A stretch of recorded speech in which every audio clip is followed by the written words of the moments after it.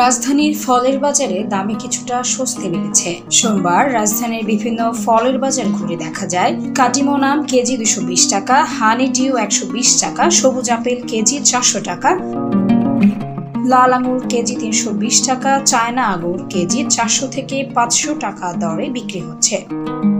এছাড়া কমলা কেজি 350 টাকা, মালটা 400 টাকা, বেদানা কেজি 450 থেকে 500 টাকা, ড্রাগন ফল কেজি 180 টাকা, দেশি পেয়ারা কেজি 70 থেকে 80 টাকা, সাগর কলা প্রতি ডজন 150 টাকা, তরমুজ কেজি 60 থেকে 70 টাকা, জাম্বুরা পিস 70 টাকা, আনারস পিস 70 টাকা, দেশি মালটা কেজি 100 টাকা।